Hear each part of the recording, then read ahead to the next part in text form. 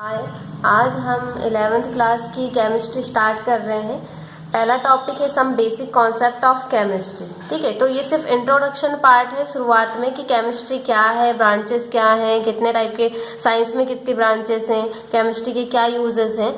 तो इंट्रोडक्शन में human beings unique certain of creation of Almighty. तो जो इंसान जो होता है वो बहुत मतलब एक यूनिक क्रिएशन है। He is most intelligent and thoughtful creature in the biosphere. तो जितना भी हमारा जैवमंडल है उसका सबसे इंटेलिजेंट पर्सन माना जाता है, because man has been gifted by a highly developed brain which enable him to think and analysis think. तो इंसान को बहुत मतलब डेवलप ब्रेन मिला है जिसकी वजह से वो किसी भी चीज का विश्लेषण कर सकता है और सोच सकता है। Since the beginning man is keen and eager to unveil the secrets of nature, he has always been curious to know about the matter and energy. इंसान हमेशा से शुरुआत से ही कुछ नया करते आ रहा है, नया सोचते आ रहा है और वो मैटर और एनर्जी को हमेशा जानने की कोशिश करता है। The only building blocks of the universe their properties and process of formation. वो हमेशा ये सोचता है कि ये दुनिया बनी कैसे है, क्या क्या प्रॉपर्टी है, क्या इसका फॉर्मेशन कैसे हुआ, इसकी प्रोसेस कैसी है, ये सब चीज़ें। ठीक है, तो हमको यहाँ पे इंट्रोडक्शन डिटेल में नहीं पढ़ना है। आप ब्रांचेस ऑफ साइंस देखो। Science is the knowledge of nature phenomena through scientific method. तो साइंस क्या है? साइंस एक नॉलेज है, एक फिनोमिना है, एक साइंटिफिक मेथड है। Therefore science in true sense is nature science. तो जो नेचुरल साइंस जो होता है, प्राकृतिक जो विज्ञान है, उसका एक ट्रू साइंस कहलाता है। Natural science has been classified into several branches. जो नेचुरल साइंस है उसको बहुत सी ब्रांच में बांटा गया है, जैसे कि एस्ट्रोनॉमी, जिसमें कि हम मतलब बहुत से प्लैनेट्स के बारे में पढ़ते हैं। जियोलॉजी, जिसमें कि हम किसी भी मतलब अर्थ के या माउंटेन कैसे बने हैं उनकी स्टडी करते हैं। बॉटनी में हम बहुत से प्लांट्स की स्टडी करते हैं। जूलॉजी में हम एनिमल की स्टडी करते हैं। वैसे ही फिजिक्स में हम बहुत सी किसी भी चीज़ की फिजिकल प्रॉपर्टी जैसे टेम्परेचर, लाइट, इलेक्ट्रिसिटी, साउंड के बारे में पढ़ते हैं।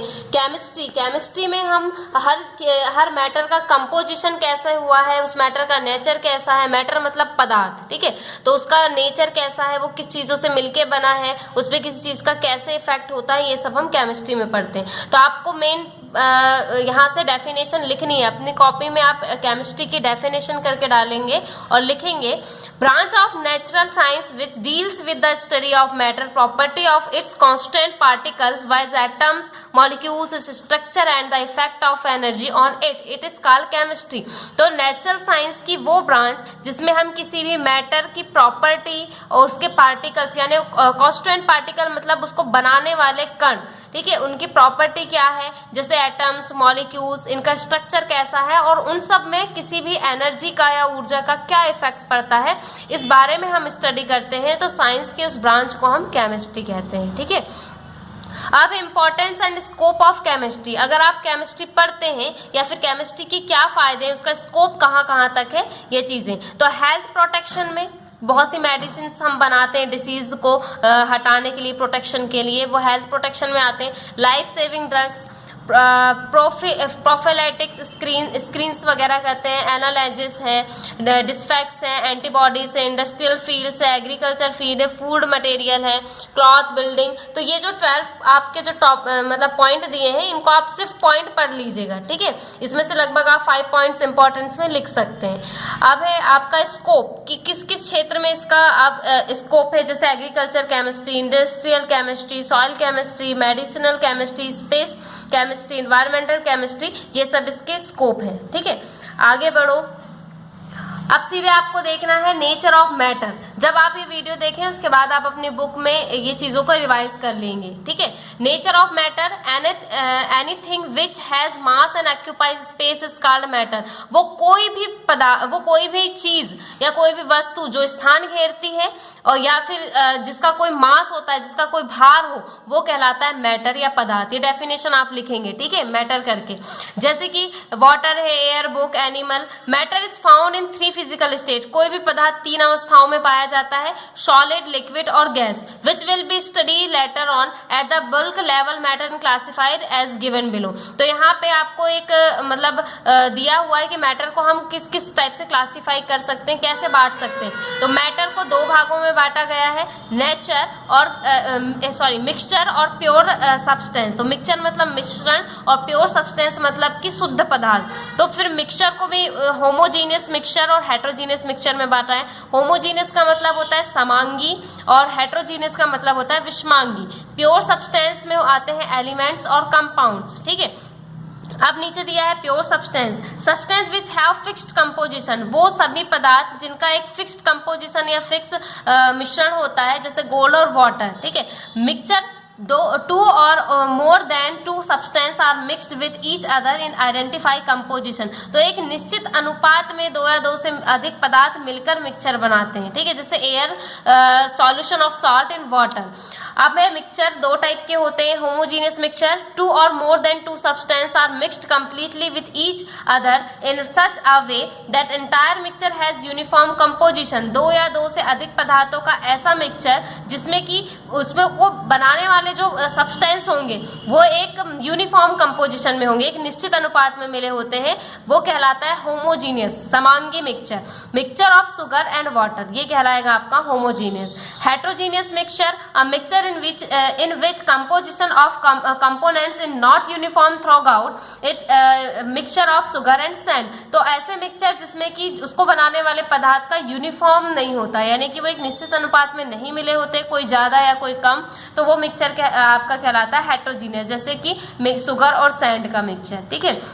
अब है property of matter and their measurement. तो each substance has characteristics property, हर एक पदार्थ की कुछ अपनी प्रॉपर्टी होती हैं, जैसे कलर है, ऑर्डर महक है, बॉइलिंग पॉइंट है, मेल्टिंग पॉइंट, डेंसिटी, ये सब are called the physical property of a substance. इनको हम किसी भी पदार्थ की भौतिक कैरेक्टर के या प्रॉपर्टी कहते हैं। फिजिकल प्रॉपर्टी और केमिकल प्रॉपर्टी 2 टाइप की प्रॉपर्टी होती हैं। फिजिकल प्रॉपर्टी वो प्रॉपर्टी है जिसको हम छूकर, सूंघकर या देख के महसूस कर सकते हैं, ठीक है, वो कहलाती है physical property. Property based on chemical change are called chemical property, और वो प्रॉपर्टी जो कि केमिकल चेंजेस रासायनिक परिवर्तनों पे आधारित हो वो कहलाती है केमिकल प्रॉपर्टी, ठीक है। अब आगे बढ़ो, नेक्स्ट पेज में आपके 7 बेसिक SI यूनिट्स दी हैं, तो ये टेबल आपको लर्न कर लेनी है, ठीक है। ये हमारे बेसिक यूनिट्स होती है, इसी से हम डेराइव्स यूनिट बनाते हैं या व्युत्पन्न यूनिट बनाते हैं, ठीक है। जैसे लेंथ का सिंबल दिया है L, ये इसको हम मीटर में डिनोट करते हैं। मास का होता है किलोग्राम, टाइम का सेकेंड, इलेक्ट्रिक करंट का एम्पियर, टेम्परेचर का केल्विन, अमाउंट ऑफ सब्सटेंस का मोल, और इंटेंसिटी ऑफ इल्यूमिनेशन का होता है कैंडेला, ठीक है। ये आपको याद करना है। आगे नेक्स्ट देखो, dimensional analysis and derived unit, वो आपकी बेसिक यूनिट थी 7, यहाँ पे आपकी डेराइव्ड यूनिट या व्युत्पन्न यूनिट कहलाती हैं। On the basis of above mention SI units, derived unit can be obtain for dimensional quantity such as area, volume, power, velocity ETC। तो हम क्या करते हैं कि जो हमने अभी SI यूनिट पढ़ी है उसी से हम डेराइव यूनिट बनाते हैं अलग अलग डायमेंशनल क्वांटिटीज से, जैसे एरिया हुआ, वॉल्यूम हुआ, पावर, वेलोसिटी, ये सब ये डेराइव यूनिट कहलाती हैं, ठीक है। तो जैसे एग्जांपल में दिया है वेलोसिटी, वेलोसिटी आपका क्या होता है, वेग। वेग कैसे बताते हैं आप कि किसी भी चीज की आपके एक निश्चित समय में चली गई दूरी, तो हम उसी से वेलोसिटी निकालते हैं। तो ये आपका दिया है डिस्प्लेसमेंट अपॉन टाइम, ये कहलाती है आपकी वेलोसिटी। तो आपको इसकी ये आपको फॉर्मूले, सिर्फ फॉर्मूले अपनी कॉपी में लिखने हैं और इनको याद करने हैं, ठीक है। फोर्स, जैसे mass into acceleration, work force into distance, ठीक है। प्रेशर फोर्स इनटू एरिया, मतलब एक पर्टिकुलर एरिया में एक निश्चित समय में लगने वाला दबाव या फोर्स आपका कहलाता है प्रेशर, ठीक है।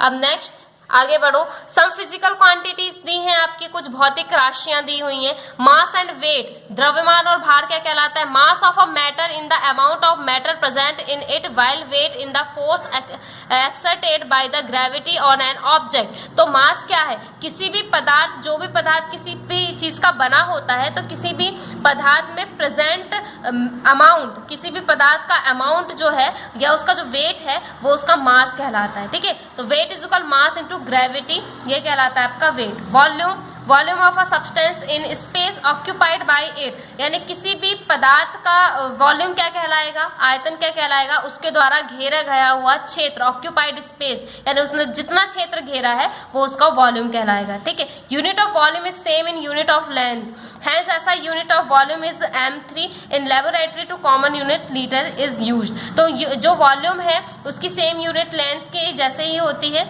इसीलिए हम इसको ऐसा यूनिट में m3 लिखते हैं, लेबोरेटरी में हम इसको लीटर में डिनोट करते हैं। ठीक है, density of a substance it is its mass per unit, किसी भी पदार्थ की इकाई यूनिट में या इकाई क्षेत्र में प्रेजेंट जितना भी मास होगा, जितना भी द्रव्यमान होगा, वो उसकी डेंसिटी कहलाएगा। ठीक है, समझ में आया कि किसी भी सब्सटेंस का इकाई क्षेत्र, आप थोड़ा सा पार्ट लेंगे, एक यूनिट लेंगे और उसमें जितना भी पदार्थ है, जितना भी मास प्रेजेंट होगा, वो उस पदार्थ की डेंसिटी कहलाएगा।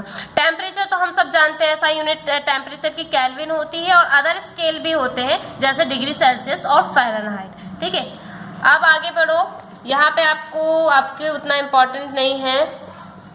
नेक्स्ट पेज टर्न करें, पेज नंबर 12, यहाँ से आपका इंपॉर्टेंट टॉपिक स्टार्ट होता है, लॉ ऑफ केमिकल कॉम्बिनेशन। ठीक है, आपको यहाँ पे कुछ लॉज दिए हैं जो कि कॉम्बिनेशन के हैं, हम इसको अब नेक्स्ट उसमें पढ़ेंगे। ठीक है,